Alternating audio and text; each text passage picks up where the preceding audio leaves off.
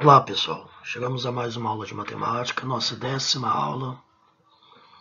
Tema agora, localização e representação de figuras no plano cartesiano. O que é plano cartesiano? Como que eu localizo um ponto no plano cartesiano? Tá, eu só uso o plano cartesiano na matemática, isso só existe na matemática. Vocês já devem ter ouvido falar do GPS, certo? O que é o GPS? Okay.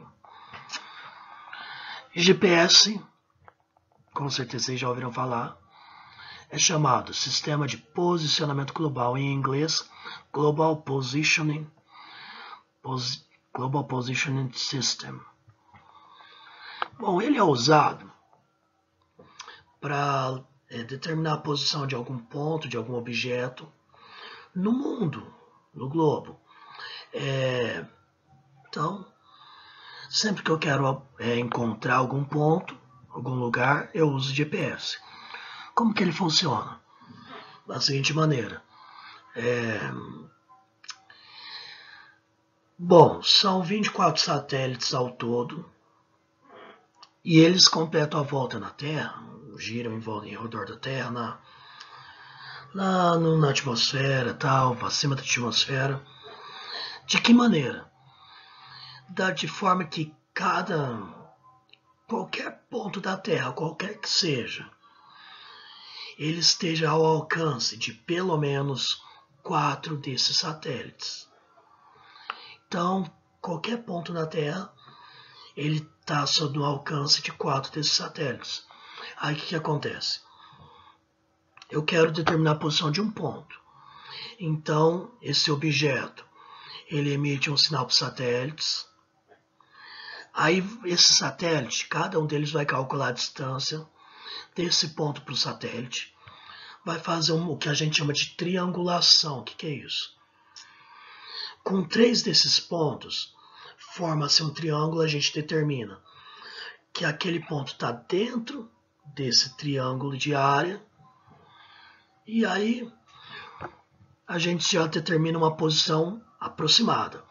O quarto satélite, ele vai determinar exatamente a posição dentro desse triângulo. Então, vai ter uma posição bem mais exata, uma determinação bem mais exata. Então, é assim que funciona o GPS. E através dessa distância, desse sinal, até os satélites, cada um desses satélites calcula a distância, faz essa triangulação para determinar o ponto do objeto no mundo. Bonitinho, né? Tá, mas o que isso tem a ver com matemática? Bom, quero que vocês observem esse pequeno mapa aqui da bairro da Barra em Salvador. Eu quero que vocês localizem o Largo do Camarão. Eu estou contando aqui 20 segundos para vocês tentarem localizar.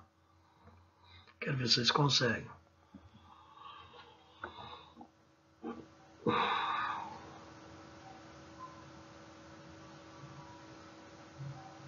Bom, observe que eu tenho muitos dados aqui, muitos nomes, né? Bem difícil de localizar.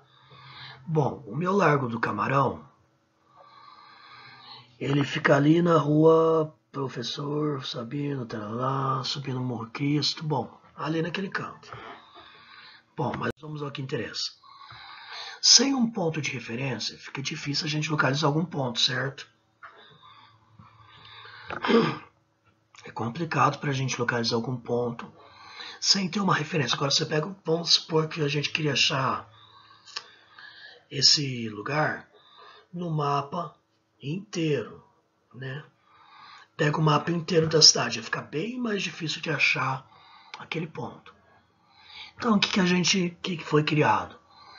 Um modo mais fácil de organizar e de localizar pontos em um mapa que ele é chamado, que a gente chamou de coordenadas, certo? Essas coordenadas usam letras e números. As letras ficam aqui no eixo vertical, os números no horizontal, certo? Bom, tá aqui, letras na faixa vertical, números na horizontal. Agora, ó, olha como fica bem mais fácil, sabendo, ó, o Largo do Camarão está próximo do ponto de coordenada F12. Pega, vai lá no F, você vai andando até o 12. Aí você acha o Largo do Camarão pelas coordenadas. Muito mais fácil, certo? Ó, vamos ver outra coordenada aqui, ó. No ponto A9, olha aí, vai lá no A lá em cima, anda até o 9. O que nós temos ali? A Rua da Paz. Outro ponto, aproximadamente no G10. Vai ali no G, anda do G até mais ou menos no 10. O que nós temos? A Praça Rubem Dário. E se fosse contrário? Qual que é a coordenada do Farol da Barra? Acho o Farol da Barra. Ele está ali perto da Rosa dos Ventos, no cantinho esquerdo embaixo. Observando pelas coordenadas, ele vai estar aproximadamente no I, entre o I e o H, aproximadamente no número 3, certo? Observem que eu falei tudo aproximadamente, certo? Como ficaria se eu quisesse o ponto exato? Como eu localizaria o ponto exato? Bom, fica esse questionamento e outro questionamento também. Nós só temos 26 letras no alfabeto, ok? E se eu quisesse umas marcações mais precisas? Eu precisaria de mais letras, ok? Então nós temos agora o sistema de coordenadas cartesianas. Como que ele funciona? Ao invés da gente usar letras e números, usamos apenas números. Observem no primeiro quadro. O eixo vertical tem números partindo do zero, conforme vai subindo, vai aumentando o número. O eixo horizontal também parte do zero. Esse ponto zero nós chamamos de origem. Origem do eixo de coordenadas cartesianas. Olhem o segundo eixo de quadradinhos. Como que eu determino uma coordenada? O número no eixo horizontal sempre vem primeiro, sempre o do eixo horizontal primeiro. Eu marco ponto com os dois números das coordenadas, entre parênteses, a letra na frente é o nome do ponto, pode ser A, B, C, etc. Então, no meu eixo horizontal, a coordenada desse ponto é o 3. No eixo vertical, a coordenada desse ponto é o 2. Como que eu marco esse ponto? A letra do nome, P. Primeiro número, eixo horizontal, 3.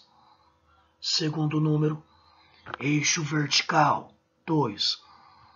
Então esse ponto é o ponto P3, 2. Ou ponto P de coordenadas 3, 2.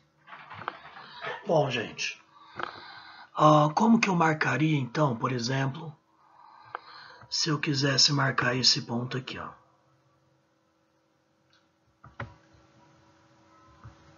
Então, tá lá. Como que eu marcaria esse ponto? Bom, eu marcaria ele como? Primeiro, o eixo horizontal. Ele está indo no ponto 2. Depois, no eixo vertical, ponto 4. Portanto, eu teria o ponto 2, 4. Vamos supor que ele seja o A.